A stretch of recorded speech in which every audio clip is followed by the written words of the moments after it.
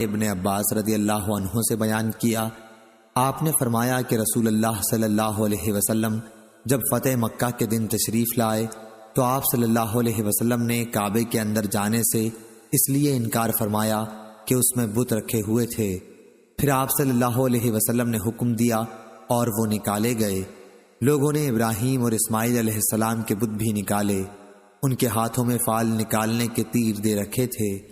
رسول اللہ صلی اللہ علیہ وسلم نے فرمایا، اللہ ان مشرکوں کو غارت کرے، خدا کی قسم انہیں اچھی طرح معلوم تھا کہ ان بزرگوں نے تیر سے فال کبھی نہیں نکالی۔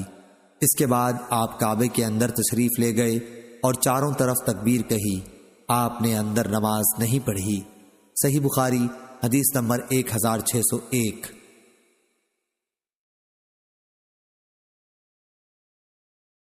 حماد بن زید نے بیان کیا، ان سے ایوب سختیانی نے، ان سے سعید بن جبیر نے اور ان سے ابن عباس رضی اللہ عنہ نے بیان کیا کہ عمرۃ القضاء 7 ہجری میں جب رسول اللہ صلی اللہ علیہ وسلم مکہ تشریف لائے تو مشرکوں نے کہا کہ محمد صلی اللہ علیہ وسلم آئے ہیں، ان کے ساتھ ایسے لوگ آئے ہیں جنہیں یثرب مدینہ منورہ کے بخار نے کمزور کر دیا ہے۔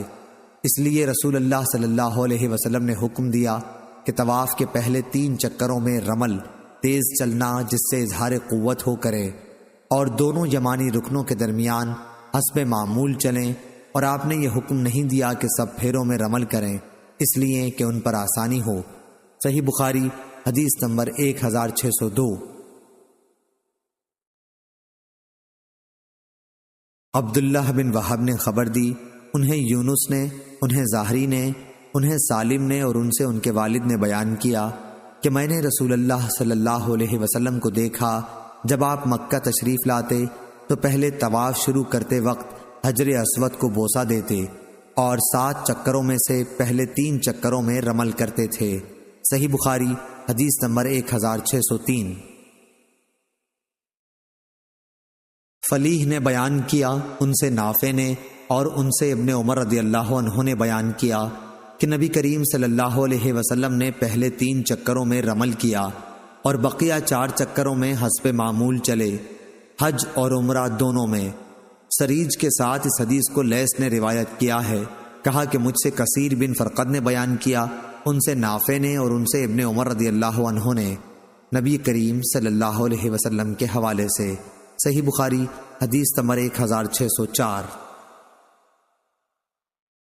زید بن اسلم نے خبر دی، انہیں ان کے والد نے کہ عمر بن خطاب رضی اللہ عنہ نے حجر اسود کو خطاب کر کے فرمایا، بخدا مجھے خوب معلوم ہے کہ تو صرف ایک پتھر ہے جو نہ کوئی نفع پہنچا سکتا ہے نہ نقصان، اور اگر میں نے رسول اللہ صلی اللہ علیہ وسلم کو تجھے بوسہ دیتے نہ دیکھا ہوتا تو میں کبھی بوسہ نہ دیتا۔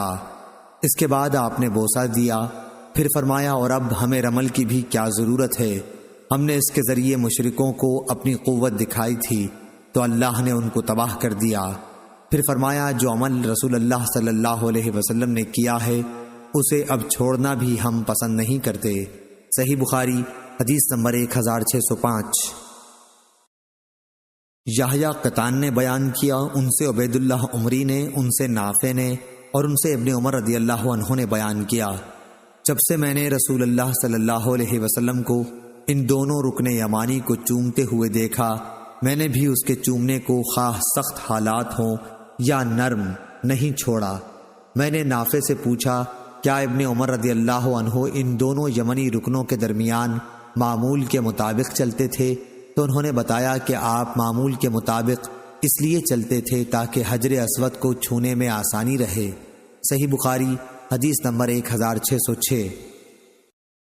یونس نے ابن شہاب سے خبر دی، انہیں عبید اللہ بن عبداللہ نے اور ان سے ابن عباس رضی اللہ عنہ نے بیان کیا کہ نبی کریم صلی اللہ علیہ وسلم نے حجۃ الوداع کے موقع پر اپنی اونٹنی پر طواف کیا تھا اور آپ حجر اسود کا استلام ایک چھڑی کے ذریعے کر رہے تھے اور اس چھڑی کو چومتے تھے، اور یونس کے ساتھ اس حدیث کو دراوردی نے زہری کے بھتیجے سے روایت کیا اور انہوں نے اپنے چچا زہری سے۔ صحیح بخاری حدیث نمبر 1607۔ عمرو بن دینار نے خبر دی کہ ابو شاہسات نے کہا بیت اللہ کے کسی بھی حصے سے بھلا کون پرہیز کر سکتا ہے، اور معاویہ رضی اللہ عنہ چاروں رکنوں کا استلام کرتے تھے۔ اس پر حضرت عبداللہ بن عباس رضی اللہ عنہ نے ان سے کہا کہ ہم ان دو ارکان شامی اور عراقی کا استلام نہیں کرتے، تو معاویہ رضی اللہ عنہ نے فرمایا کہ بیت اللہ کا کوئی جز ایسا نہیں جسے چھوڑ دیا جائے، اور عبداللہ بن زبیر رضی اللہ عنہ بھی تمام ارکان کا استلام کرتے تھے۔ صحیح بخاری حدیث نمبر 1608۔ لیث بن سعد نے بیان کیا، ان سے ابن شہاب نے، ان سے سالم بن عبداللہ نے، ان سے ان کے والد حضرت عبداللہ بن عمر رضی اللہ عنہ نے کہ میں نے نبی کریم صلی اللہ علیہ وسلم کو صرف دونوں یمانی ارکان کا استلام کرتے دیکھا۔ صحیح بخاری حدیث نمبر 1609۔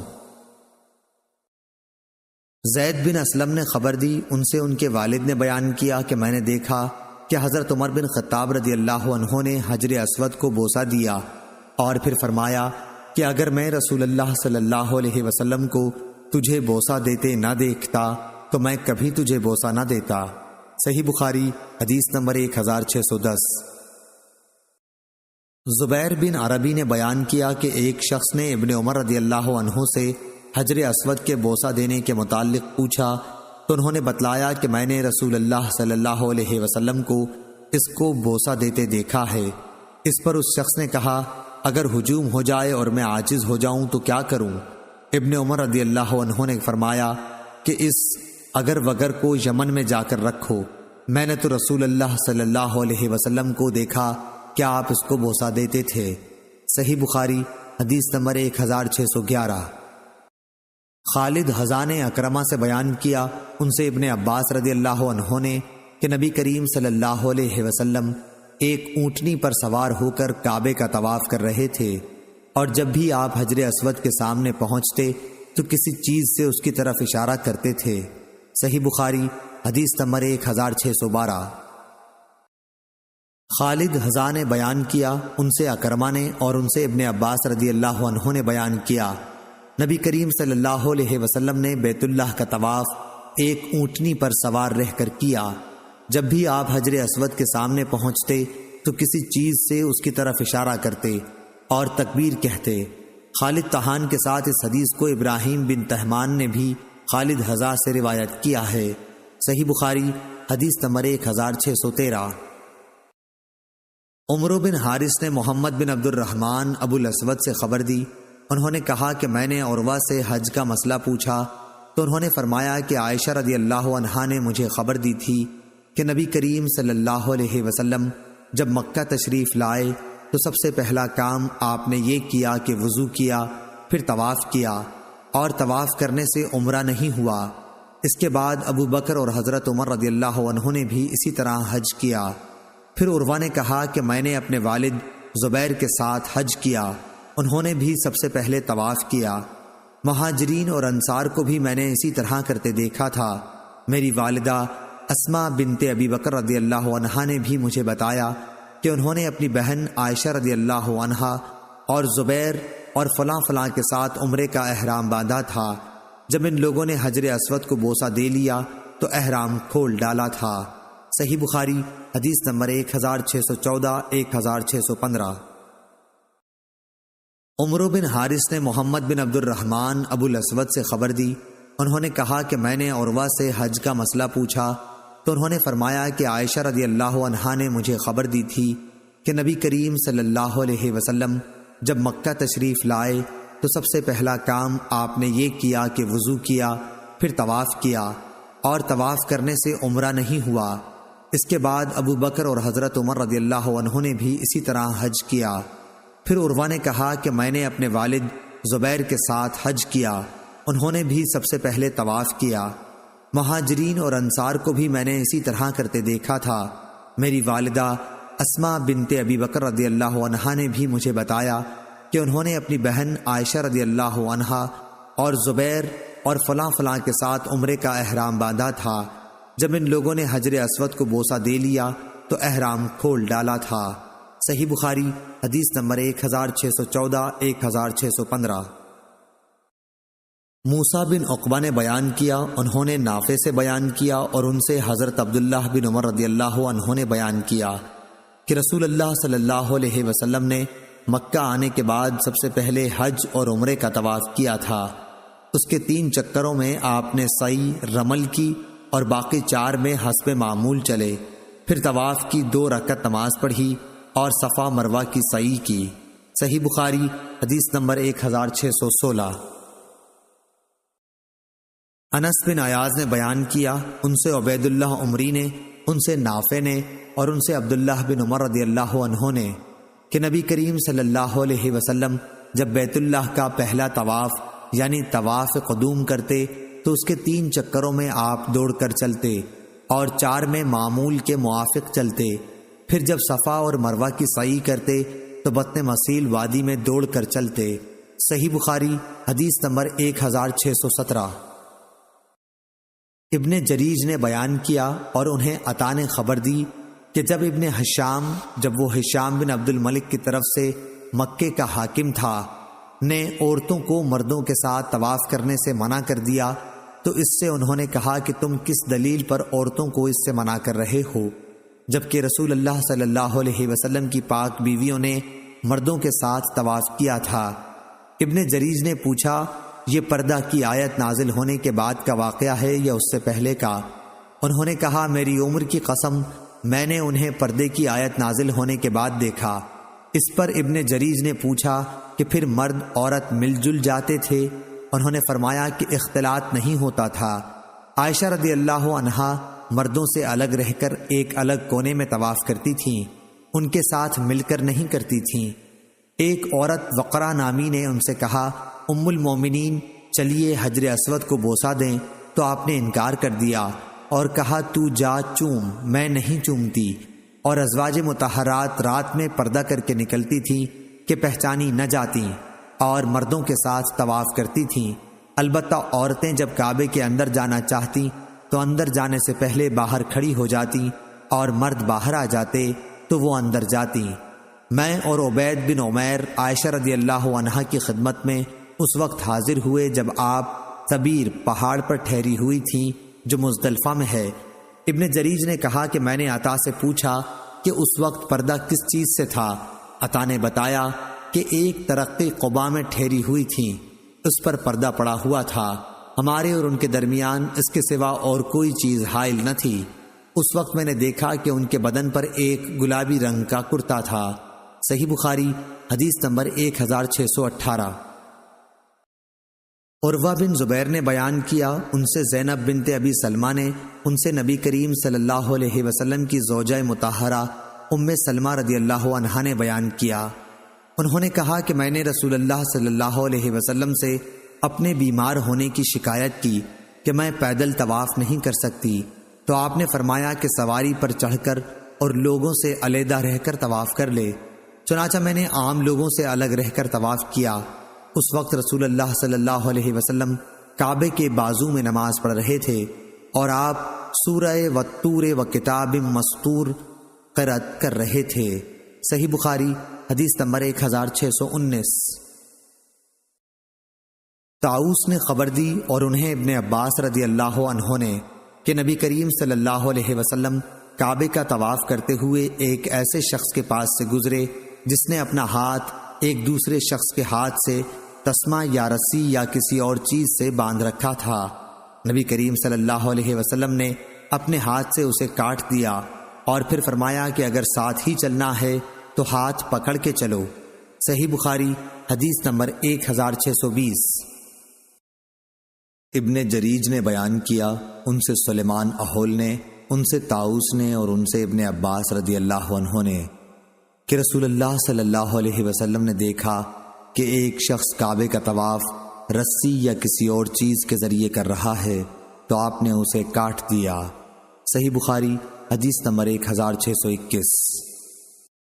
حمید بن عبد الرحمن نے بیان کیا اور انہیں ابو ہریرہ رضی اللہ عنہ نے خبر دی کہ ابو بکر صدیق رضی اللہ تعالی عنہ نے اس حج کے موقع پر جس کا امیر رسول اللہ صلی اللہ علیہ وسلم نے انہیں بنایا تھا، انہیں 10ویں تاریخ کو ایک مجمع کے سامنے یہ اعلان کرنے کے لیے بھیجا تھا کہ اس سال کے بعد کوئی مشرک حج بیت اللہ نہیں کر سکتا اور نہ کوئی ننگا رہ کر طواف کر سکتا ہے۔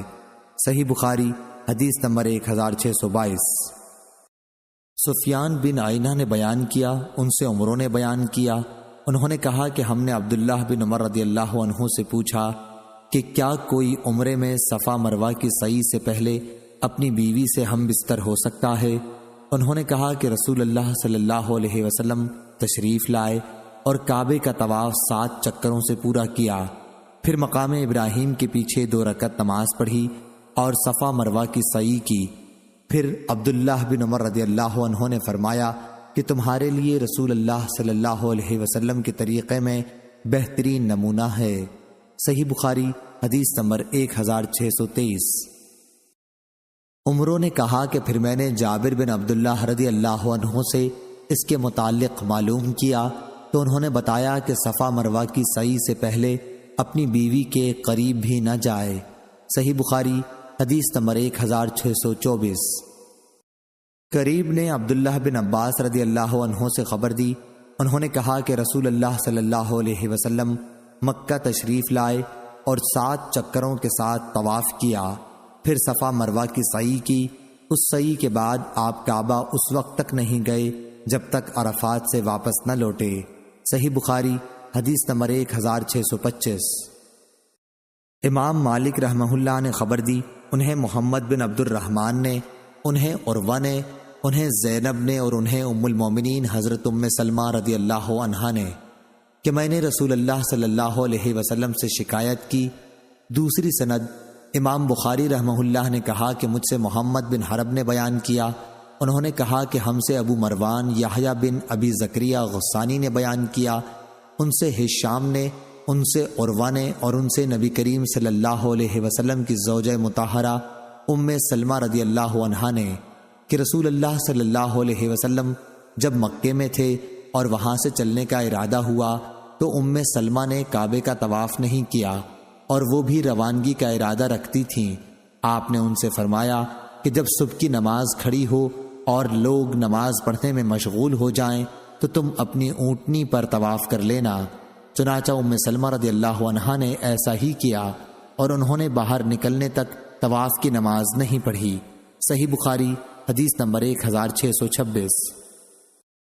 عمرو بن دینار نے بیان کیا، انہوں نے کہا کہ میں نے ابن عمر رضی اللہ عنہ سے سنا، انہوں نے کہا کہ نبی کریم صلی اللہ علیہ وسلم مکے میں تشریف لائے تو آپ نے خانہ کعبہ کا 7 چکروں سے طواف کیا اور مقام ابراہیم کے پیچھے 2 رکعت نماز پڑھی، پھر صفا کی طرف سعی کرنے گئے اور اللہ تعالیٰ نے فرمایا ہے کہ تمہارے لیے رسول اللہ صلی اللہ علیہ وسلم کی زندگی بہترین نمونہ ہے۔ صحیح بخاری حدیث نمبر 1627۔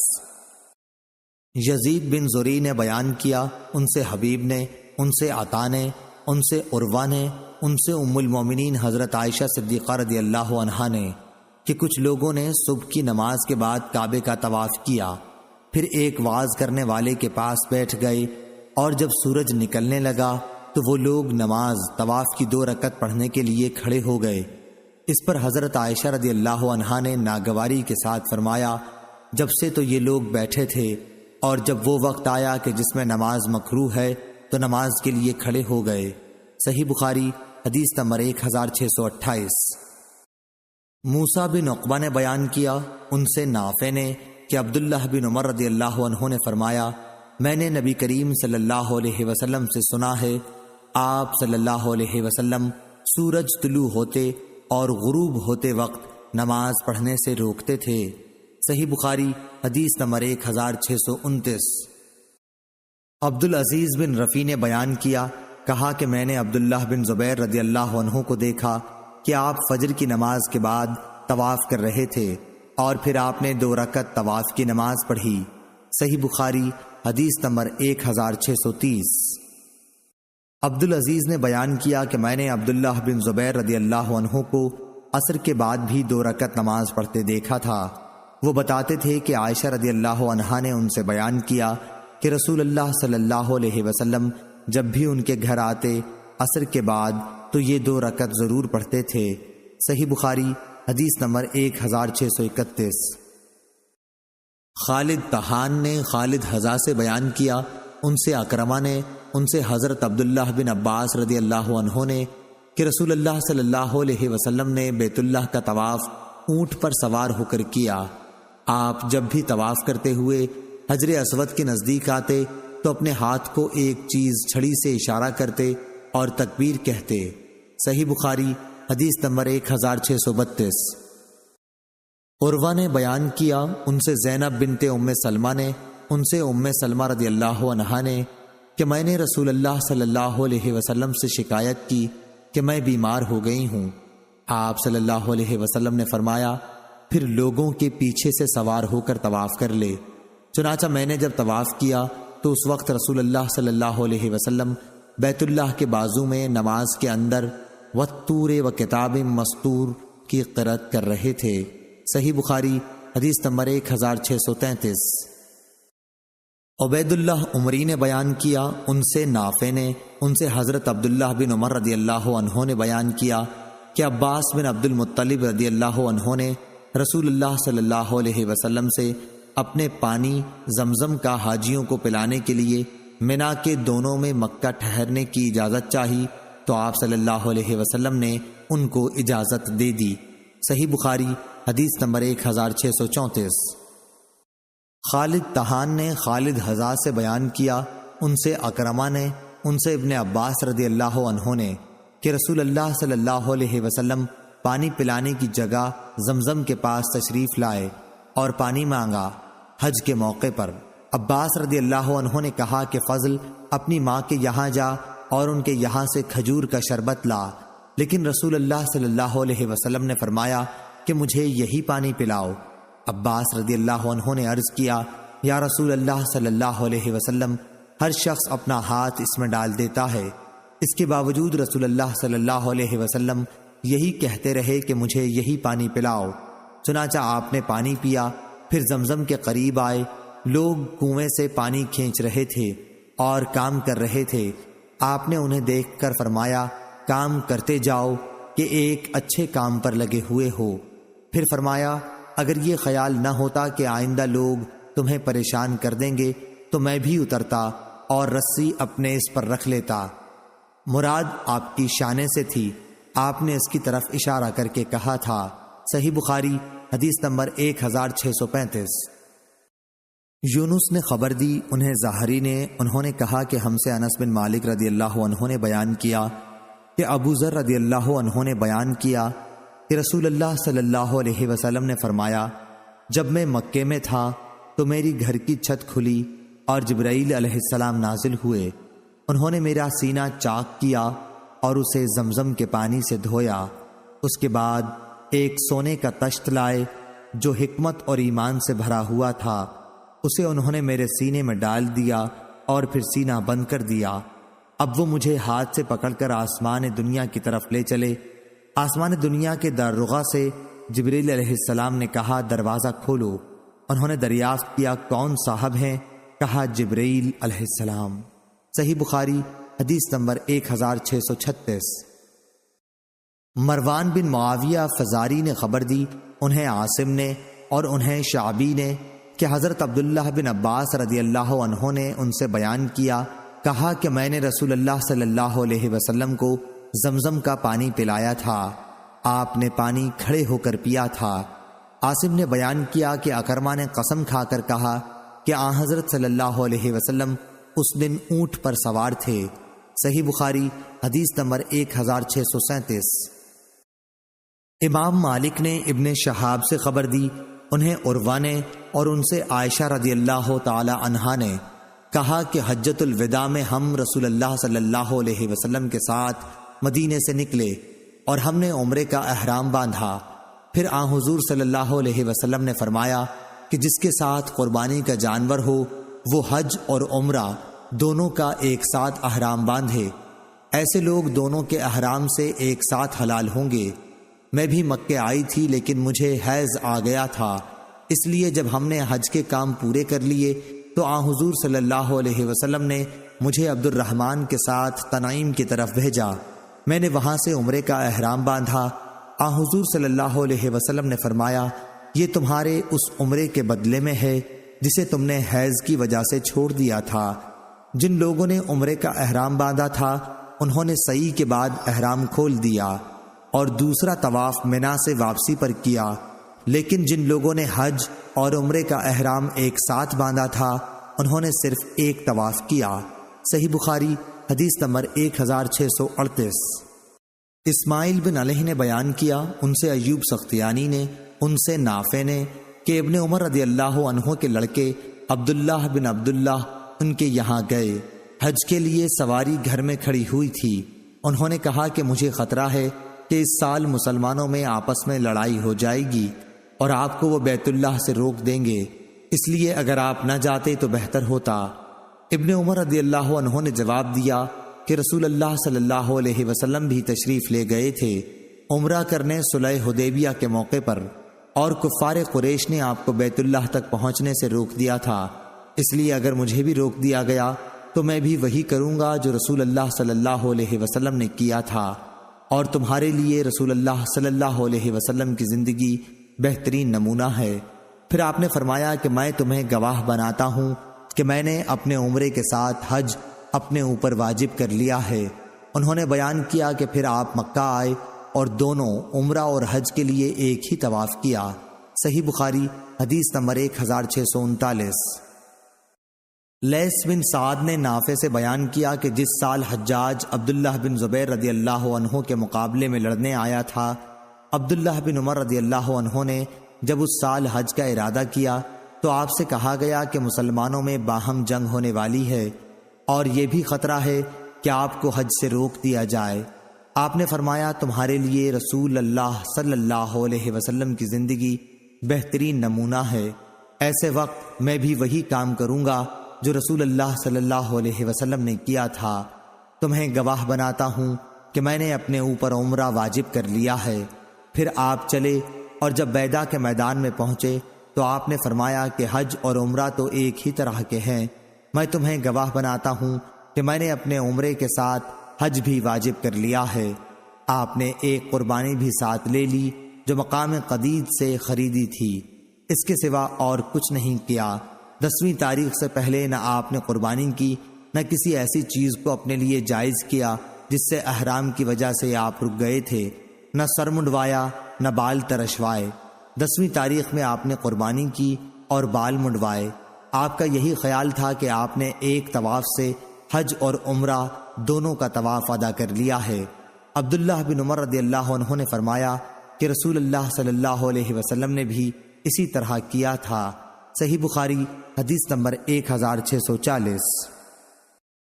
عمرو بن حارث نے خبر دی، انہیں محمد بن عبد الرحمن بن نوفل قرشی نے، انہوں نے عروہ بن زبیر سے پوچھا تھا۔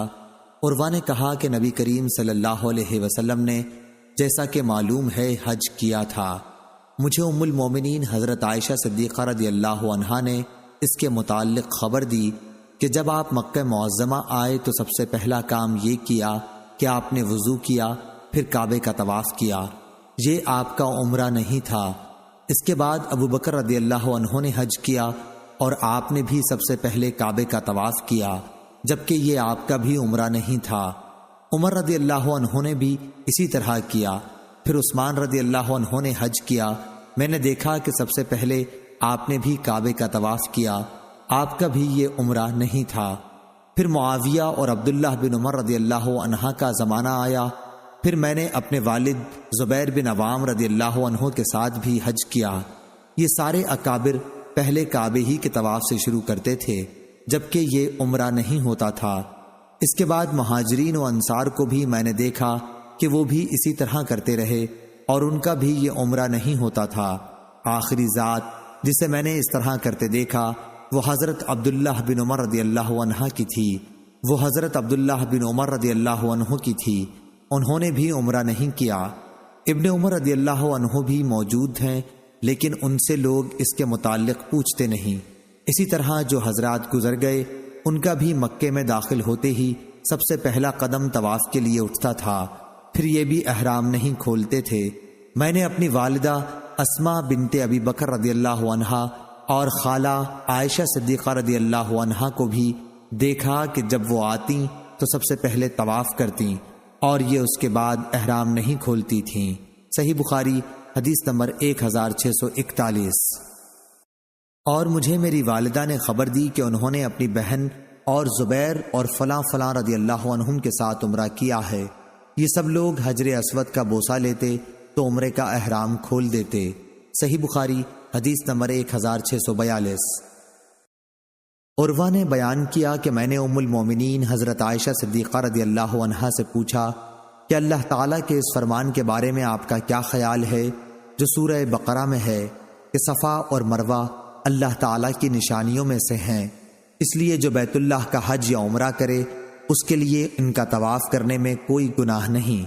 قسم اللہ کی، پھر تو کوئی حرج نہیں ہونا چاہیے اگر کوئی صفا اور مروہ کی سعی نہ کرنی چاہے۔ حضرت عائشہ رضی اللہ عنہا نے فرمایا، بھتیجے تم نے یہ بری بات کہی، اللہ کا مطلب یہ ہوتا تو قرآن میں یوں اترتا، ان کے طواف نہ کرنے میں کوئی گناہ نہیں۔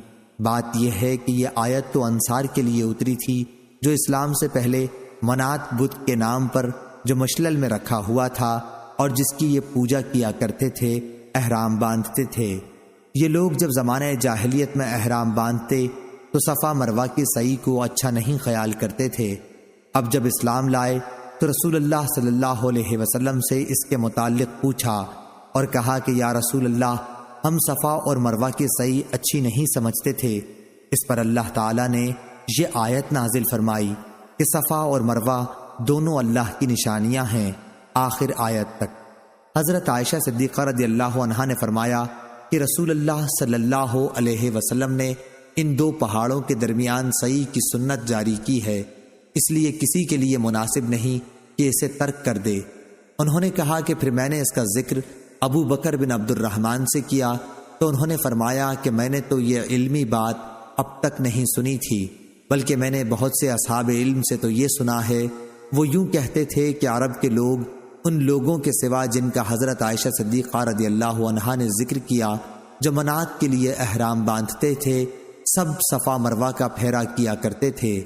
جب اللہ پاک نے قرآن شریف میں بیت اللہ کے طواف کا ذکر فرمایا اور صفا مروہ کا ذکر نہیں کیا تو وہ لوگ کہنے لگے، یا رسول اللہ صلی اللہ علیہ وسلم، ہم تو جاہلیت کے زمانے میں صفا اور مروہ کا پھیرا کیا کرتے تھے، اور اب اللہ نے بیت اللہ کے طواف کا ذکر تو فرمایا لیکن صفا مروہ کا ذکر نہیں کیا، تو کیا صفا مروہ کی سعی کرنے میں ہم پر کچھ گناہ ہوگا؟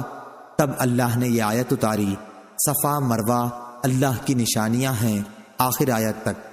ابو بکر نے کہا، میں سنتا ہوں کہ یہ آیت دونوں فرقوں کے باب میں اتری ہے، یعنی اس فرقے کے باب میں جو جاہلیت کے زمانے میں صفا مروہ کا طواف برا جانتا تھا، اور اس کے باب میں جو جاہلیت کے زمانے میں صفا مروہ کا طواف کیا کرتے تھے۔ پھر مسلمان ہونے کے بعد اس کا کرنا اس وجہ سے کہ اللہ نے بیت اللہ کے طواف کا ذکر کیا اور صفا مروہ کا نہیں کیا برا سمجھے، یہاں تک کہ اللہ نے بیت اللہ کے طواف کے بعد ان کے طواف کا بھی ذکر فرما دیا۔ صحیح بخاری حدیث نمبر 1643۔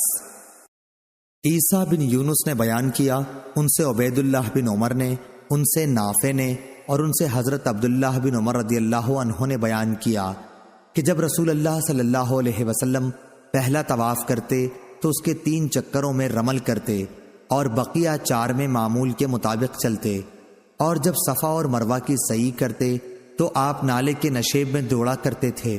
عبید اللہ نے کہا، میں نے نافع سے پوچھا، ابن عمر رضی اللہ عنہ جب رکن یمانی کے پاس پہنچتے تو کیا حسب معمول چلنے لگتے تھے؟ انہوں نے فرمایا کہ نہیں، البتہ اگر رکن یمانی پر ہجوم ہوتا تو حجر اسود کے پاس آ کر آپ آہستہ چلنے لگتے، کیونکہ وہ بغیر چومے اس کو نہیں چھوڑتے تھے۔ صحیح بخاری حدیث نمبر 1644۔ سفیان بن عینہ نے عمرو بن دینار سے بیان کیا کہ ہم نے ابن عمر رضی اللہ عنہ سے ایک ایسے شخص کے متعلق پوچھا جو عمرے میں بیت اللہ کا طواف تو کر لے لیکن صفا اور مروہ کی سعی نہیں کرتا، کیا وہ اپنی بیوی سے صحبت کر سکتا ہے؟ انہوں نے جواب دیا، نبی کریم صلی اللہ علیہ وسلم مکہ تشریف لائے تو آپ نے بیت اللہ کا 7 چکروں کے ساتھ طواف کیا اور مقام ابراہیم کے پیچھے 2 رکعت نماز پڑھی، پھر صفا اور مروہ کی 7 مرتبہ سعی کی اور تمہارے لیے رسول اللہ صلی اللہ علیہ وسلم کی زندگی بہترین نمونہ ہے۔ صحیح بخاری حدیث نمبر 1645۔ ہم نے اس کے متعلق جابر بن عبداللہ رضی اللہ عنہ سے بھی پوچھا تو آپ نے فرمایا کہ صفا اور مروہ کی سعی سے پہلے بیوی کے قریب بھی نہ جائے۔ صحیح بخاری حدیث نمبر 1646۔ عمرو بن دینار نے خبر دی، کہا کہ میں نے عبداللہ بن عمر رضی اللہ عنہ سے سنا، آپ نے کہا کہ نبی کریم صلی اللہ علیہ وسلم جب مکہ تشریف لائے تو آپ نے بیت اللہ کا طواف کیا اور 2 رکعت نماز پڑھی، پھر صفا اور مروہ کی سعی کی۔ اس کے بعد عبداللہ نے یہ آیت تلاوت کی، تمہارے لیے رسول اللہ صلی اللہ علیہ وسلم کی زندگی بہترین نمونہ ہے۔ صحیح بخاری حدیث نمبر 1647۔ عاصم اہول نے خبر دی، انہوں نے کہا کہ میں نے انس بن مالک رضی اللہ عنہ سے پوچھا، کیا آپ لوگ صفا اور مروہ کی سعی کو برا سمجھتے تھے؟ انہوں نے فرمایا ہاں، کیونکہ یہ عہد جاہلیت کا شعار تھا، یہاں تک کہ اللہ تعالیٰ نے یہ آیت نازل فرما دی، صفا اور مروہ اللہ کی نشانیاں ہیں، پس جو کوئی بیت اللہ کا حج یا عمرہ کرے اس پر ان کی سعی کرنے میں کوئی گناہ نہیں ہے۔ صحیح بخاری حدیث نمبر 1648۔ سفیان بن عینہ نے بیان کیا، ان سے عمرو بن دینار نے، ان سے عطا بن ابی رباح نے اور ان سے عبداللہ بن عباس رضی اللہ عنہ نے کہ رسول اللہ صلی اللہ علیہ وسلم نے بیت اللہ کا طواف اور صفا مروہ کی سعی اس طرح کی کہ مشرکین کو آپ اپنی قوت دکھلا سکیں۔ حمیدی نے یہ اضافہ کیا ہے کہ ہم سے سفیان بن عینہ نے بیان کیا، ان سے عمرو بن دینار نے بیان کیا، کہا کہ میں نے عطا سے سنا اور انہوں نے ابن عباس رضی اللہ عنہ سے یہی حدیث سنی۔ صحیح بخاری حدیث نمبر 1649۔ عبداللہ بن یوسف نے بیان کیا، انہوں نے کہا کہ ہمیں امام مالک نے خبر دی، انہیں عبد الرحمن بن قاسم نے، انہیں ان کے باپ نے اور انہیں ام المومنین حضرت عائشہ صدیقہ رضی اللہ عنہا نے، انہوں نے فرمایا کہ میں مکہ آئی تو اس وقت میں حائضہ تھی، اس لیے بیت اللہ کا طواف نہ کر سکی اور نہ صفا مروہ کی سعی۔ انہوں نے بیان کیا کہ میں نے اس کی شکایت رسول اللہ صلی اللہ علیہ وسلم سے کی تو آپ نے فرمایا کہ جس طرح دوسرے حاجی کرتے ہیں تم بھی اسی طرح ارکان حج ادا کر لو، ہاں بیت اللہ کا طواف پاک ہونے سے پہلے نہ کرنا۔ صحیح بخاری حدیث نمبر 1650۔ عبد الوہاب ثقفی نے بیان کیا، دوسری سند مجھ سے خلیفہ بن خیاط نے بیان کیا کہ ہم سے عبد الوہاب ثقفی نے بیان کیا، کہا کہ ہم سے حبیب معلم نے بیان کیا، ان سے عطا بن ابی رباح نے اور ان سے جابر بن عبداللہ رضی اللہ عنہ نے کہ نبی کریم صلی اللہ علیہ وسلم اور آپ کے اصحاب نے حج کا احرام باندھا، حضور صلی اللہ علیہ وسلم اور طلحہ کے سوا اور کسی کے ساتھ قربانی نہیں تھی۔ حضرت علی رضی اللہ عنہ یمن سے آئے تھے اور ان کے ساتھ بھی قربانی تھی، اس لیے نبی کریم صلی اللہ علیہ وسلم نے حکم دیا کہ سب لوگ اپنے حج کے احرام کو عمرے کا کر لیں، پھر طواف اور سعی کے بعد بال ترشوا لیں اور احرام کھول ڈالیں، لیکن وہ لوگ اس حکم سے مستثنا ہیں۔ اس پر صحابہ رضی اللہ عنہم نے کہا کہ کیا ہم منا میں اس طرح جائیں گے کہ ہمارے ذکر سے منی ٹپک رہی ہو؟ یہ بات جب رسول اللہ صلی اللہ علیہ وسلم کو معلوم ہوئی تو آپ نے فرمایا، اگر مجھے پہلے معلوم ہوتا تو میں قربانی کا جانور ساتھ نہ لاتا، اور جب قربانی کا جانور ساتھ نہ ہوتا تو میں بھی عمرہ اور حج کے درمیان احرام کھول ڈالتا۔ اور عائشہ رضی اللہ عنہا اس حج میں حائضہ ہو گئی تھیں، اس لیے انہوں نے بیت اللہ کے طواف کے سوا اور دوسرے ارکان حج ادا کیے، پھر جب پاک ہو لیں تو طواف بھی کیا۔ انہوں نے رسول اللہ صلی اللہ علیہ وسلم سے شکایت کی کہ آپ سب لوگ تو حج اور عمرہ دونوں کر کے جا رہے ہیں، لیکن میں نے صرف حج ہی کیا ہے۔ چنانچہ رسول اللہ صلی اللہ علیہ وسلم نے عبد الرحمن بن ابی بکر کو حکم دیا کہ انہیں تنعیم لے جائیں اور وہاں سے عمرے کا احرام باندھیں۔ اس طرح عائشہ رضی اللہ عنہا نے حج کے بعد عمرہ کیا۔ صحیح بخاری حدیث نمبر 1651۔ اسماعیل بن علیہ نے بیان کیا، ان سے ایوب سختیانی نے اور ان سے حفصہ بنت سیرین نے بیان کیا کہ ہم اپنی کنواری لڑکیوں کو باہر نکلنے سے روکتے تھے، پھر ایک خاتون آئیں اور بنی خلف کے محل میں جو بصرے میں تھا ٹھہری۔ انہوں نے بیان کیا کہ ان کی بہن ام عطیہ رضی اللہ عنہا نبی کریم صلی اللہ علیہ وسلم کے ایک صحابی کے گھر میں تھیں۔ ان کے شوہر نے حضرت صلی اللہ علیہ وسلم کے ساتھ 12 جہاد کیے تھے اور میری بہن 6 جہادوں میں ان کے ساتھ رہی تھیں۔ وہ بیان کرتی تھیں کہ ہم میدان جنگ میں زخمیوں کی مرہم پٹی کرتی تھیں اور مریضوں کی تیمارداری کرتی تھیں۔ میری بہن نے رسول اللہ صلی اللہ علیہ وسلم سے پوچھا کہ اگر ہمارے پاس چادر نہ ہو تو کیا کوئی حرج ہے اگر ہم عیدگاہ جانے کے لیے باہر نہ نکلیں؟ حضور صلی اللہ علیہ وسلم نے فرمایا، اس کی سہیلی کو اپنی چادر اسے اوڑھا دینی چاہیے اور پھر مسلمانوں کی دعا اور نیک کاموں میں شرکت کرنی چاہیے۔ پھر جب ام عطیہ رضی اللہ عنہا خود بصرہ آئیں تو میں نے ان سے بھی یہی پوچھا یا یہ کہا کہ ہم نے ان سے پوچھا۔ انہوں نے بیان کیا کہ ام عطیہ رضی اللہ عنہا جب بھی رسول اللہ صلی اللہ علیہ وسلم کا ذکر کرتی کہتی میرے باپ آپ پر فدا ہوں۔ ہاں، تو میں نے ان سے پوچھا کیا آپ نے رسول اللہ صلی اللہ علیہ وسلم سے اس طرح سنا ہے؟ انہوں نے فرمایا کہ ہاں، میرے باپ آپ پر فدا ہوں۔ انہوں نے کہا کہ رسول اللہ صلی اللہ علیہ وسلم نے فرمایا کنواری لڑکیاں اور پردے والیاں بھی باہر نکلیں، یا یہ فرمایا کہ پردے والی دوشیزائیں اور حائضہ عورتیں سب باہر نکلیں اور مسلمانوں کی دعا اور خیر کے کاموں میں شرکت کریں، لیکن حائضہ عورتیں نماز کی جگہ سے الگ رہیں۔ میں نے کہا اور حائضہ بھی نکلیں؟ انہوں نے فرمایا کیا حائضہ عورت عرفات اور فلاں فلاں جگہ نہیں جاتی ہیں؟ پھر عیدگاہ ہی جانے میں کیا حرج ہے؟ صحیح بخاری حدیث نمبر 1652۔ سفیان ثوری نے عبدالعزیز بن رفیع کے واسطے سے بیان کیا، کہا کہ میں نے انس بن مالک رضی اللہ عنہ سے پوچھا کہ رسول اللہ صلی اللہ علیہ وسلم نے ظہر اور عصر کی نماز 8ویں ذی الحج میں کہاں پڑھی تھی؟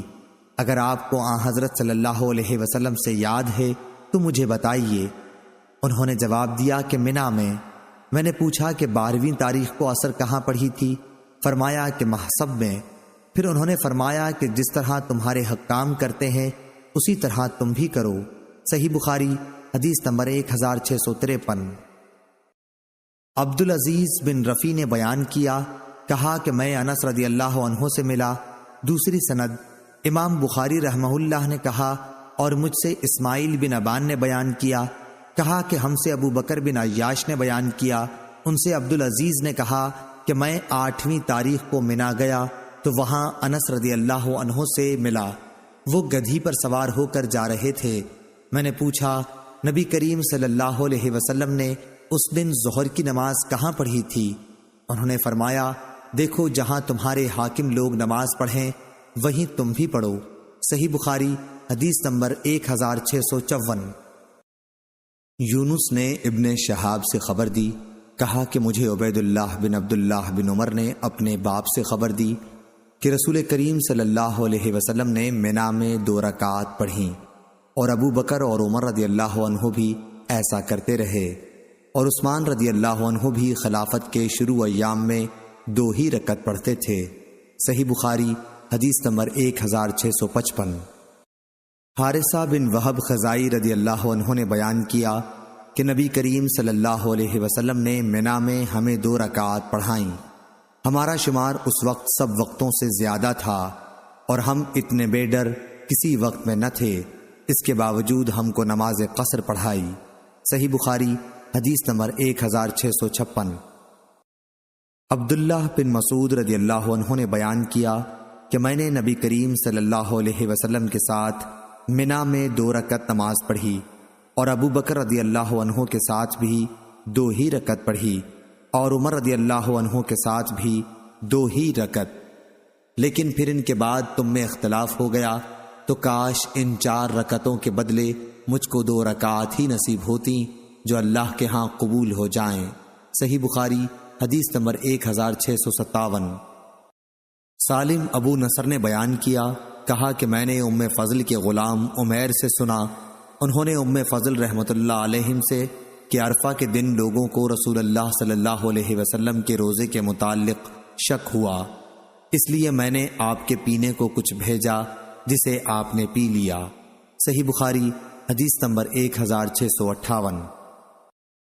امام مالک نے محمد بن ابی بکر ثقفی سے خبر دی کہ انہوں نے انس بن مالک رضی اللہ عنہ سے پوچھا کہ وہ دونوں صبح کو منا سے عرفات جا رہے تھے کہ رسول کریم صلی اللہ علیہ وسلم کے ساتھ آپ لوگ آج کے دن کس طرح کرتے تھے۔ انس رضی اللہ عنہ نے بتلایا کہ کوئی ہم میں سے لبیک پکارتا ہوتا، اس پر کوئی اعتراض نہ کرتا، اور کوئی تکبیر کہتا، اس پر بھی کوئی انکار نہ کرتا۔ اس حدیث سے معلوم ہوا کہ حاجی کو اختیار ہے لبیک پکارتا رہے یا تکبیر کہتا رہے۔ صحیح بخاری حدیث نمبر 1659۔ سالم نے بیان کیا کہ عبد الملک بن مروان نے حجاج بن یوسف کو لکھا کہ حج کے احکام میں عبداللہ بن عمر رضی اللہ عنہ کے خلاف نہ کرے۔ سالم نے کہا کہ عبداللہ بن عمر رضی اللہ عنہ عرفہ کے دن سورج ڈھلتے ہی تشریف لائے، میں بھی ان کے ساتھ تھا۔ آپ نے حجاج کے خیمے کے پاس بلند آواز سے پکارا، حجاج باہر نکلا، اس کے بدن پر ایک قسم میں رنگی ہوئی چادر تھی۔ اس نے پوچھا، ابو عبد الرحمن کیا بات ہے؟ آپ نے فرمایا، اگر سنت کے مطابق عمل چاہتے ہو تو جلدی اٹھ کر چل کھڑے ہو جاؤ۔ اس نے کہا، کیا اسی وقت؟ عبداللہ نے فرمایا کہ ہاں اسی وقت۔ حجاج نے کہا کہ پھر تھوڑی سی مہلت دیجئے کہ میں اپنے سر پر پانی ڈال لوں، یعنی غسل کر لوں، پھر نکلتا ہوں۔ اس کے بعد عبداللہ بن عمر رضی اللہ عنہ سواری سے اتر گئے، اور جب حجاج باہر آیا تو میرے اور والد ابن عمر کے درمیان چلنے لگا، تو میں نے کہا کہ اگر سنت پر عمل کا ارادہ ہے تو خطبے میں اختصار اور وقوف عرفات میں جلدی کرنا۔ اس بات پر وہ عبداللہ بن عمر رضی اللہ عنہ کی طرف دیکھنے لگا۔ حضرت عبداللہ بن عمر رضی اللہ عنہ نے کہا کہ یہ سچ کہتا ہے۔ صحیح بخاری حدیث نمبر 1660۔ عبداللہ بن مسلمہ قامبی نے بیان کیا، ان سے امام مالک رحمہ اللہ نے، ان سے ابو نضر نے، ان سے عبداللہ بن عباس رضی اللہ عنہ کے غلام عمیر نے، ان سے ام فضل بنت حارث رضی اللہ عنہ نے کہ ان کے یہاں لوگوں کو عرفات کے دن رسول اللہ صلی اللہ علیہ وسلم کے روزے سے متعلق کچھ اختلاف ہو گیا۔ بعض نے کہا کہ آپ صلی اللہ علیہ وسلم عرفے کے دن روزے سے ہیں، اور بعض کہتے ہیں کہ نہیں، اس لیے انہوں نے آپ صلی اللہ علیہ وسلم کے پاس دودھ کا ایک پیالہ بھیجا۔ حضرت صلی اللہ علیہ وسلم اس وقت اونٹ پر سوار ہو کر عرفات میں وقوف فرما رہے تھے۔ آپ صلی اللہ علیہ وسلم نے وہ دودھ پی لیا۔ صحیح بخاری حدیث نمبر 1661۔ سالم نے خبر دی کہ حجاج بن یوسف جس سال عبداللہ بن زبیر رضی اللہ عنہ سے لڑنے کے لیے مکے میں اترا، تو اس موقع پر اس نے عبداللہ بن عمر رضی اللہ عنہ سے پوچھا کہ عرفہ کے دن وقوف میں آپ کیا کرتے ہیں؟ اس پر سالم رضی اللہ عنہ بولے کہ اگر تو سنت پر چلنا چاہتا ہے تو عرفہ کے دن نماز دوپہر ڈھلتے ہی پڑھ لینا۔ عبداللہ بن عمر رضی اللہ عنہ نے فرمایا کہ سالم نے سچ کہا۔ صحابہ رضی اللہ عنہم حضرت صلی اللہ علیہ وسلم کی سنت کے مطابق ظہر اور عصر ایک ہی ساتھ پڑھتے تھے۔ میں نے سالم سے پوچھا کہ کیا رسول اللہ صلی اللہ علیہ وسلم نے بھی اسی طرح کیا تھا؟ سالم نے فرمایا، اور کس کی سنت پر اس مسئلے میں چلتے ہو؟ صحیح بخاری حدیث نمبر 1662۔ امام مالک نے خبر دی، انہیں ابن شہاب نے، انہیں سالم بن عبداللہ نے کہ عبد الملک بن مروان خلیفہ نے حجاج کو لکھا کہ حج کے کاموں میں عبداللہ بن عمر رضی اللہ عنہ کی اقتدا کرے۔ جب عرفہ کا دن آیا تو عبداللہ بن عمر رضی اللہ عنہ آئے، میں بھی آپ کے ساتھ تھا۔ سورج ڈھل چکا تھا۔ آپ نے حجاج کے ڈیرے کے پاس آ کر بلند آواز سے کہا، حجاج کہاں ہے؟ حجاج باہر نکلا تو ابن عمر رضی اللہ عنہ نے فرمایا، چل جلدی کر، وقت ہو گیا۔ حجاج نے کہا، ابھی سے؟ ابن عمر نے فرمایا کہ ہاں۔ حجاج بولا کہ پھر تھوڑی مہلت دے دیجئے، میں ابھی غسل کر کے آتا ہوں۔ پھر حضرت عبداللہ بن عمر رضی اللہ عنہ اپنی سواری سے اتر گئے۔ حجاج باہر نکلا اور میرے والد ابن عمر کے بیچ میں چلنے لگا۔ میں نے اس سے کہا کہ آج اگر سنت پر عمل کی خواہش ہے تو خطبہ مختصر پڑھ اور وقوف میں جلدی کر۔ حضرت عبداللہ بن عمر رضی اللہ عنہ نے فرمایا کہ سالم سچ کہتا ہے۔ صحیح بخاری حدیث نمبر 1663۔ عمرو بن دینار نے بیان کیا، کہا ہم سے محمد بن جبیر بن مطعن نے، ان سے ان کے باپ نے، کہ میں اپنا ایک اونٹ تلاش کر رہا تھا۔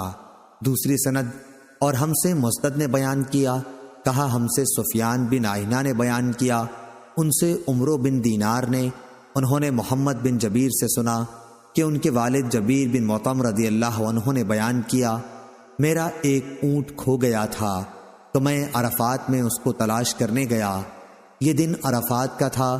میں نے دیکھا کہ نبی کریم صلی اللہ علیہ وسلم عرفات کے میدان میں کھڑے ہیں۔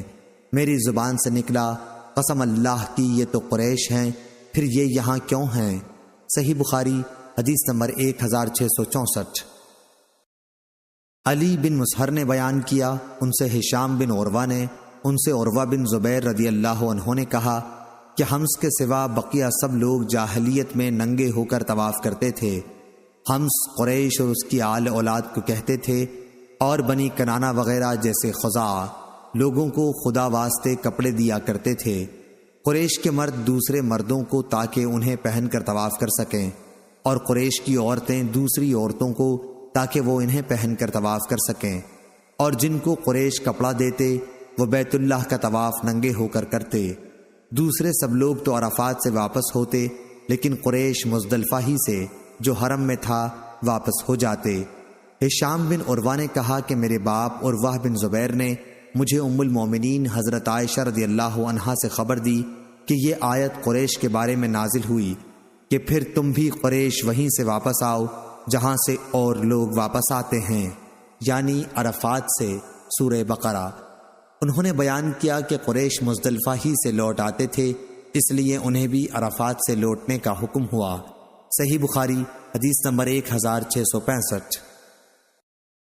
امام مالک نے ہشام بن عروہ سے خبر دی، ان سے ان کے والد نے بیان کیا کہ اسامہ بن زید رضی اللہ عنہ سے کسی نے پوچھا، میں بھی وہیں موجود تھا، کہ حجۃ الوداع کے موقع پر عرفات سے رسول اللہ صلی اللہ علیہ وسلم کے واپس ہونے کی چال کیا تھی؟ انہوں نے جواب دیا کہ آپ صلی اللہ علیہ وسلم پاؤں اٹھا کر چلتے تھے، ذرا تیز، لیکن جب جگہ پاتے ہجوم نہ ہوتا تو تیز چلتے تھے۔ انق تیز چلنے اور نص انق سے زیادہ تیز چلنے کو کہتے ہیں۔ فجوہ کے معنی کشادہ جگہ، اس کی جمع فجوات اور فجاء ہے، جیسے رکوہ مفرد، رکا اس کی جمع، اور سورہ صاد میں مناس کا جو لفظ آیا ہے اس کے معنی بھاگنا ہے۔ صحیح بخاری حدیث نمبر 1666۔ حماد بن زید نے بیان کیا، ان سے یحییٰ بن سعید نے، ان سے موسیٰ بن عقبہ نے، ان سے عبداللہ بن عباس رضی اللہ عنہ کے غلام قریب نے، اور ان سے اسامہ بن زید رضی اللہ عنہ نے، کہ جب رسول کریم صلی اللہ علیہ وسلم عرفات سے واپس ہوئے تھے تو آپ صلی اللہ علیہ وسلم ایک گھاٹی کی طرف مڑے اور وہاں قضائے حاجت کی۔ پھر آپ صلی اللہ علیہ وسلم نے وضو کیا تو میں نے پوچھا، یا رسول اللہ صلی اللہ علیہ وسلم، کیا آپ مغرب کی نماز پڑھیں گے؟ آپ نے فرمایا، نماز آگے چل کر پڑھی جائے گی۔ صحیح بخاری حدیث نمبر 1667۔ جویریہ نے نافع سے بیان کیا، انہوں نے کہا کہ عبداللہ بن عمر رضی اللہ عنہ مزدلفہ میں آ کر نماز مغرب اور عشاء ملا کر ایک ساتھ پڑھتے، البتہ آپ اس گھاٹی میں بھی مڑتے جہاں رسول اللہ صلی اللہ علیہ وسلم مڑے تھے، وہاں آپ قضائے حاجت کرتے، پھر وضو کرتے، لیکن نماز نہ پڑھتے۔ نماز آپ مزدلفہ میں آ کر پڑھتے تھے۔ صحیح بخاری حدیث نمبر 1668۔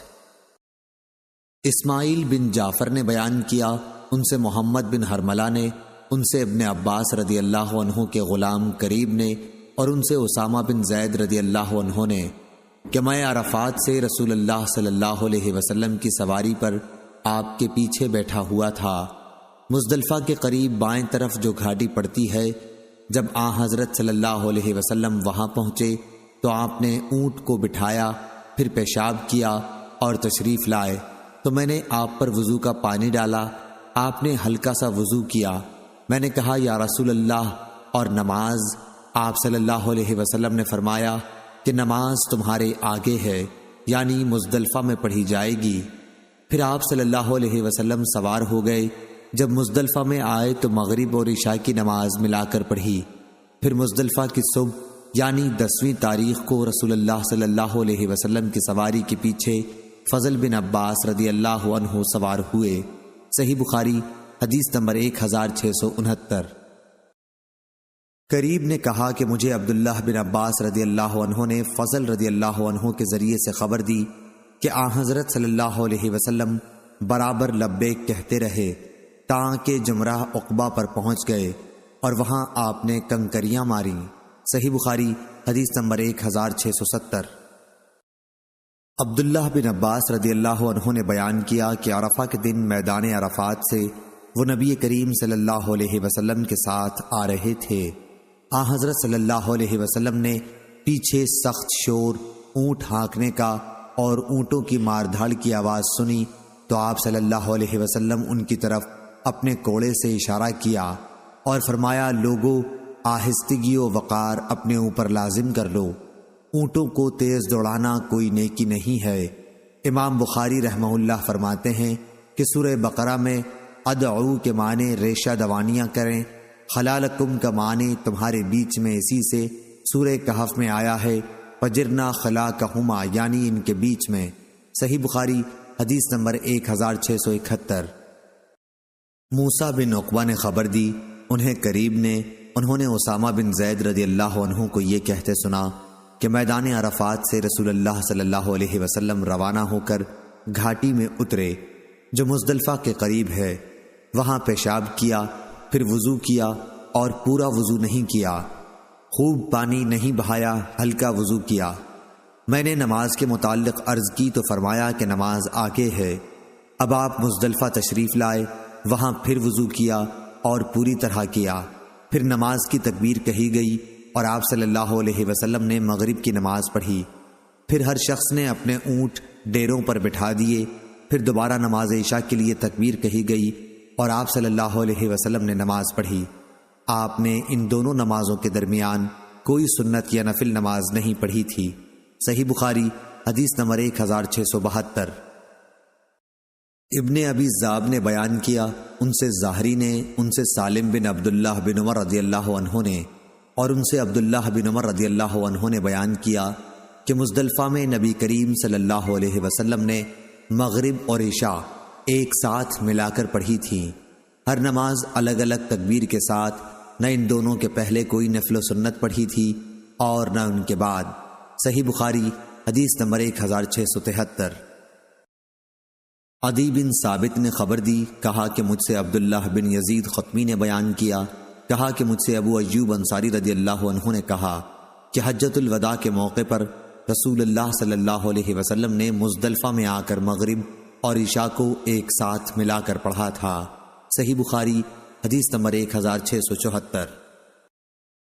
ابو اسحاق عمر بن عبداللہ نے بیان کیا، کہا کہ میں نے عبد الرحمن بن یزید سے سنا کہ عبداللہ بن مسعود رضی اللہ عنہ نے حج کیا، آپ کے ساتھ تقریباً عشاء کی اذان کے وقت ہم مزدلفہ میں بھی آئے، آپ نے ایک شخص کو حکم دیا، اس نے اذان تکبیر کہی اور آپ نے مغرب کی نماز پڑھی، پھر 2 رکعت سنت اور پڑھی اور شام کا کھانا منگوا کر کھایا۔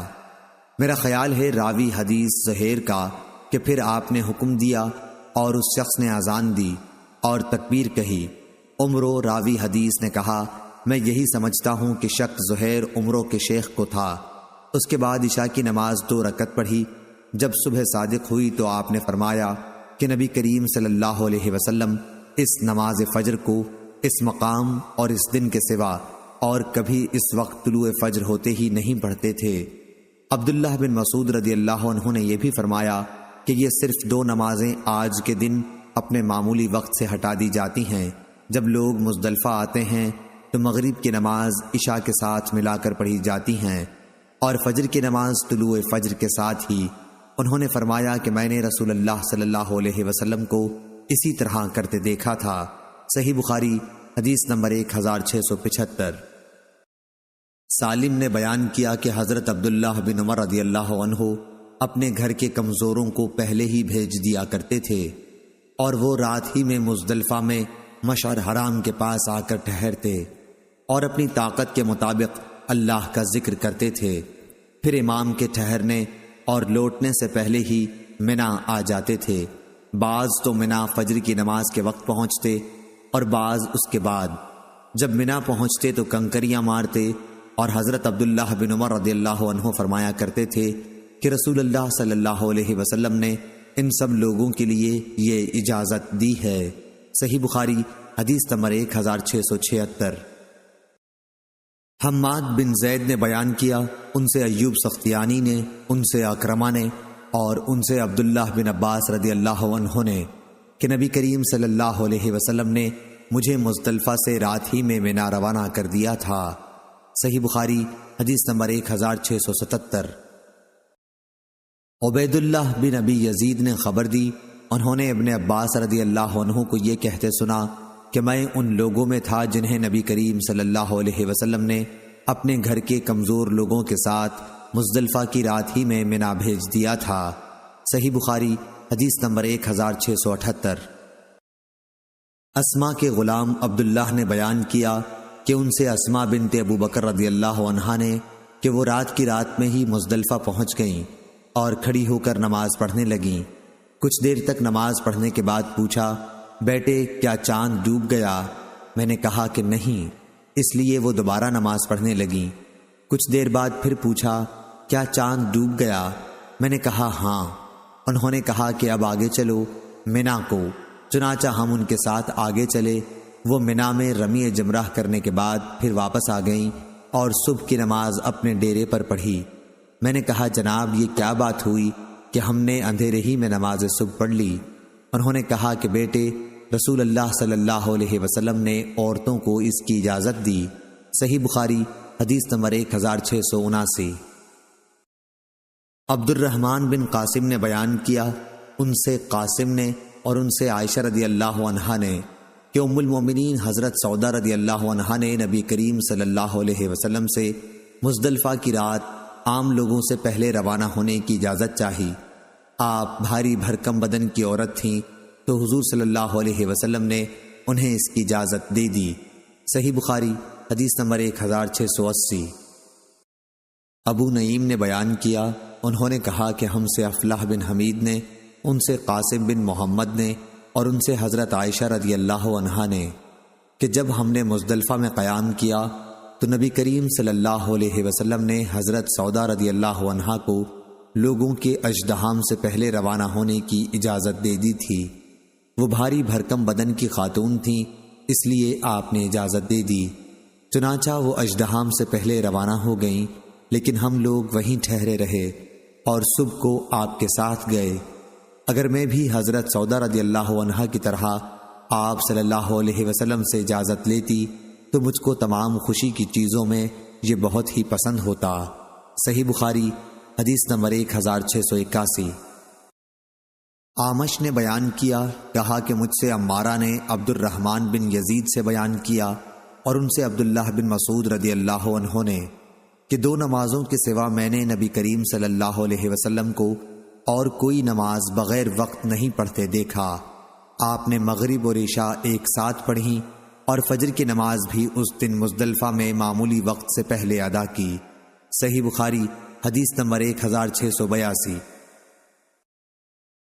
اسرائیل نے بیان کیا، ان سے ابو اسحاق نے، ان سے عبد الرحمن بن یزید نے کہ ہم عبداللہ بن مسعود رضی اللہ عنہ کے ساتھ مکے کی طرف نکلے، حج شروع کیا۔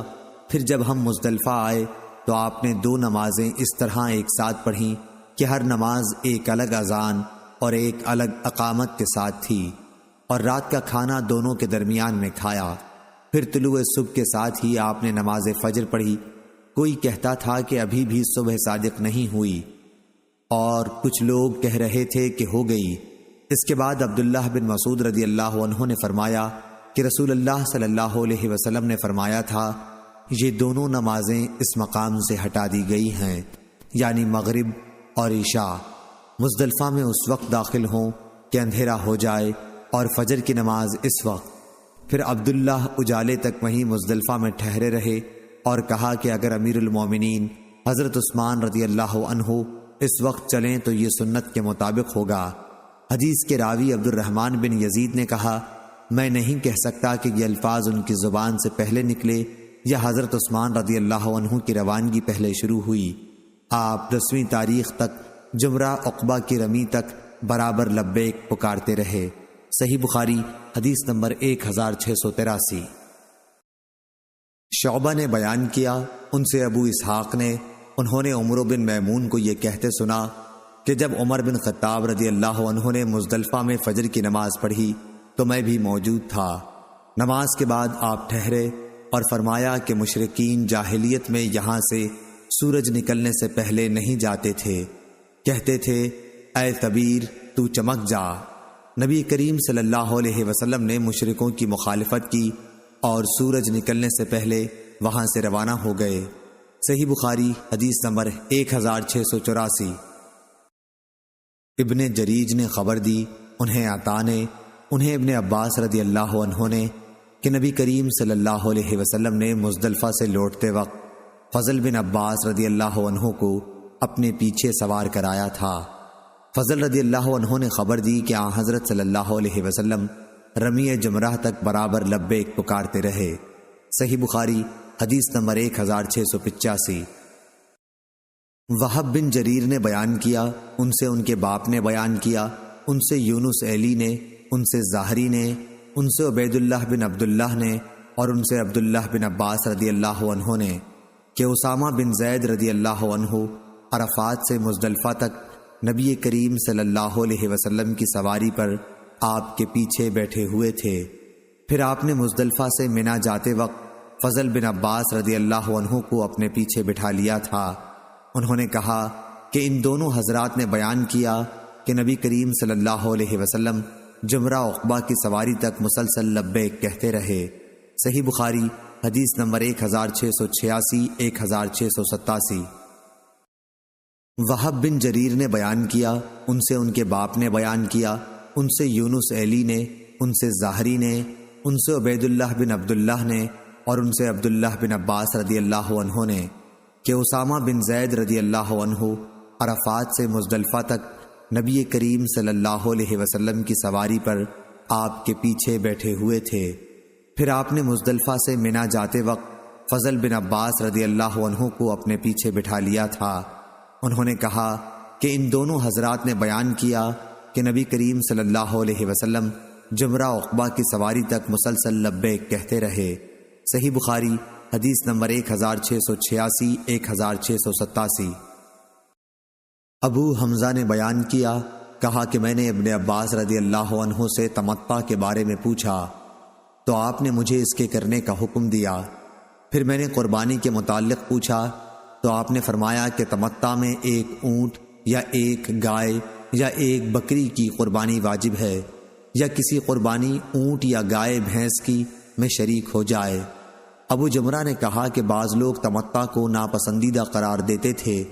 پھر میں سویا تو میں نے خواب میں دیکھا کہ ایک شخص پکار رہا ہے، یہ حج مبرور ہے اور یہ مقبول تمتع ہے۔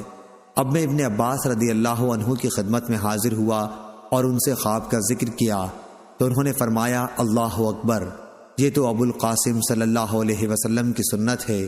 کہا کہ وہب بن جریر اور غندر نے شعبہ کے حوالے سے یوں نقل کیا ہے، عمرۃ متقبلہ و حج مبرور، اس میں عمرے کا ذکر پہلے ہے، یعنی یہ عمرہ مقبول اور حج مبرور ہے۔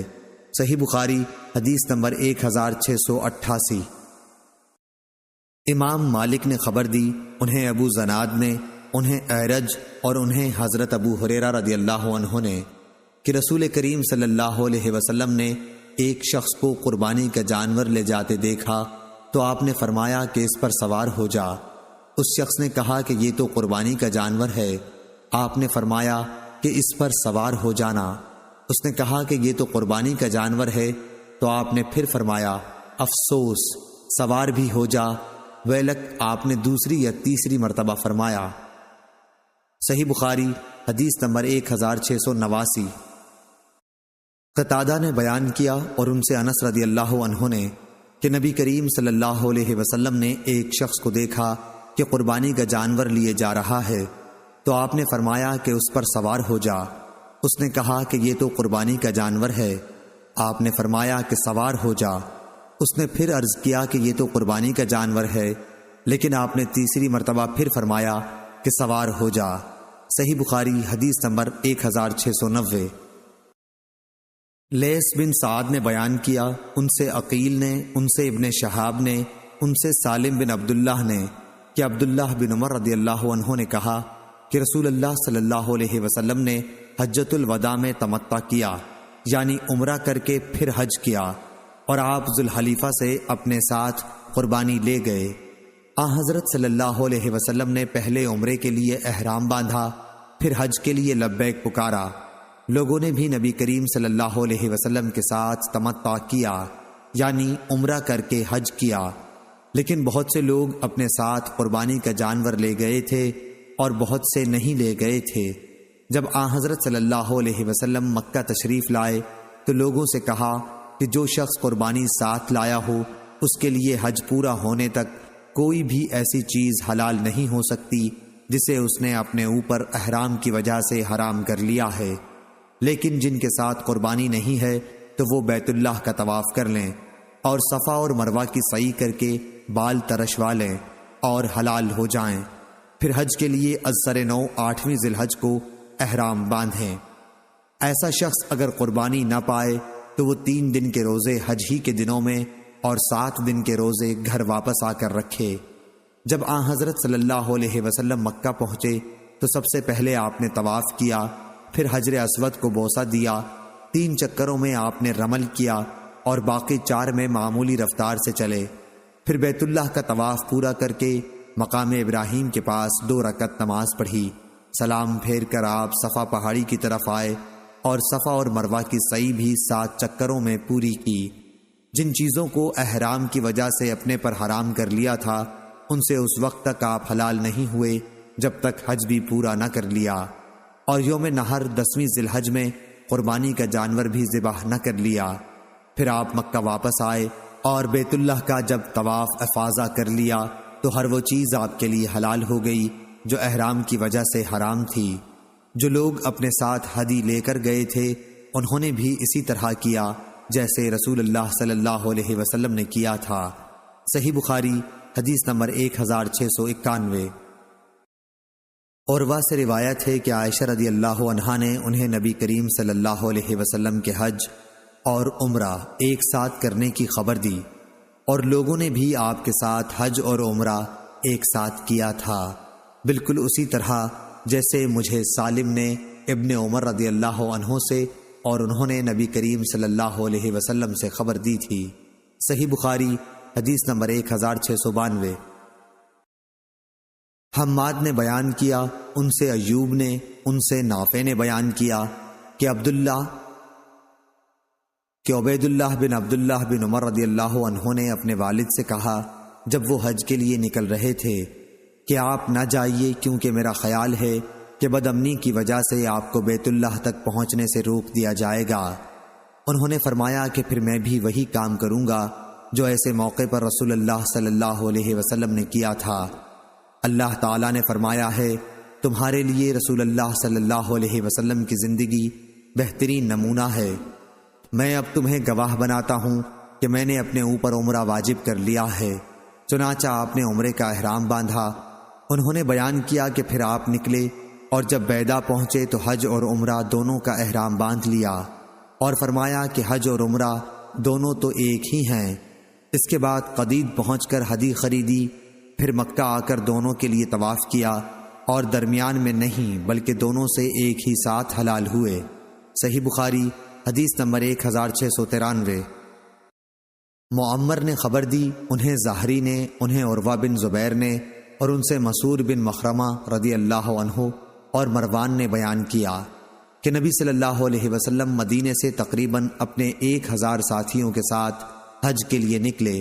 جب ذی الحلیفہ پہنچے تو نبی صلی اللہ علیہ وسلم نے ہدی کو ہار پہنایا اور اشعار کیا، پھر عمرے کا احرام باندھا۔ صحیح بخاری حدیث نمبر 1694 1695۔ معمر نے خبر دی، انہیں زہری نے، انہیں عروہ بن زبیر نے اور ان سے مسعود بن مخرمہ رضی اللہ عنہ اور مروان نے بیان کیا کہ نبی صلی اللہ علیہ وسلم مدینے سے تقریباً اپنے 1000 ساتھیوں کے ساتھ حج کے لیے نکلے۔ جب ذی الحلیفہ پہنچے تو نبی صلی اللہ علیہ وسلم نے ہدی کو ہار پہنایا اور اشعار کیا، پھر عمرے کا احرام باندھا۔ صحیح بخاری حدیث نمبر 1694 1695۔ افلاح نے بیان کیا ان سے قاسم نے اور ان سے عائشہ رضی اللہ عنہا نے کہ نبی کریم صلی اللہ علیہ وسلم کے قربانی کے جانوروں کے ہار میں نے اپنے ہاتھ سے خود بٹے تھے، پھر آپ نے انہیں ہار پہنایا، اشعار کیا، ان کو مکے کی طرف روانہ کیا۔ پھر بھی آپ کے لیے جو چیزیں حلال تھیں وہ احرام سے پہلے صرف ہدی سے حرام نہیں ہوئیں۔ صحیح بخاری حدیث نمبر 1696۔ نافع نے خبر دی انہیں ابن عمر رضی اللہ عنہ نے کہ حفصہ رضی اللہ عنہا نے بیان کیا، کہا میں نے کہا یا رسول اللہ، اور لوگ تو حلال ہو گئے لیکن آپ حلال نہیں ہوئے، اس کی کیا وجہ ہے؟ آپ نے فرمایا کہ میں نے اپنے سر کے بالوں کو جما لیا ہے اور اپنی ہدی کو قلادہ پہنا دیا ہے، اس لیے جب تک حج سے بھی حلال نہ ہو جاؤں میں درمیان میں حلال نہیں ہو سکتا۔ گوند لگا کر سر کے بالوں کو جما لینا اس کو تلبید کہتے ہیں۔ صحیح بخاری حدیث نمبر 1697۔ ابن شہاب نے بیان کیا ان سے عروہ اور عمرہ بنت عبد الرحمن نے کہ عائشہ رضی اللہ عنہا نے بیان کیا رسول اللہ صلی اللہ علیہ وسلم مدینے سے ہدی ساتھ لے کر چلتے تھے اور میں ان کے قلادے بٹا کرتی تھی، پھر بھی آپ احرام باندھنے سے پہلے ان چیزوں سے پرہیز نہیں کرتے تھے جن سے ایک محرم پرہیز کرتا ہے۔ صحیح بخاری حدیث نمبر 1698۔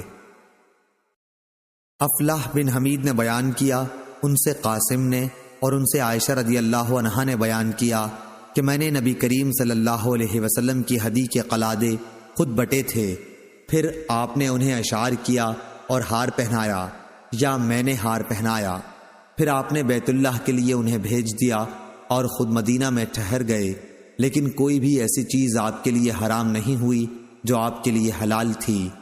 صحیح بخاری حدیث نمبر 1699۔ امام مالک نے خبر دی انہیں عبداللہ بن ابی بکر بن عمرو بن حزم نے خبر دی، انہیں عمرہ بنت عبد الرحمن نے خبر دی کہ زیاد بن ابی سفیان نے عائشہ رضی اللہ عنہا کو لکھا کہ عبداللہ بن عباس رضی اللہ عنہ نے فرمایا ہے کہ جس نے ہدی بھیج دی اس پر وہ تمام چیزیں حرام ہو جاتی ہیں جو ایک حاجی پر حرام ہوتی ہیں تاکہ اس کی ہدی کی قربانی کر دی جائے۔ عمرہ نے کہا کہ اس پر حضرت عائشہ رضی اللہ عنہا نے فرمایا عبداللہ بن عباس رضی اللہ عنہ نے جو کچھ کہا مسئلہ اس طرح نہیں ہے، میں نے نبی کریم صلی اللہ علیہ وسلم کے قربانی کے جانوروں کے قلادے اپنے ہاتھوں سے خود بٹے ہیں، پھر آن حضرت صلی اللہ علیہ وسلم نے اپنے ہاتھوں سے ان جانوروں کو قلادہ پہنایا اور میرے والد محترم ابو بکر رضی اللہ عنہ کے ساتھ انہیں بھیج دیا، لیکن اس کے باوجود آپ صلی اللہ علیہ وسلم نے کسی بھی ایسی چیز کو اپنے اوپر حرام نہیں کیا جو اللہ نے آپ صلی اللہ علیہ وسلم کے لیے حلال کی تھی، اور ہدی کی قربانی بھی کر دی گئی۔ صحیح بخاری حدیث نمبر 1700۔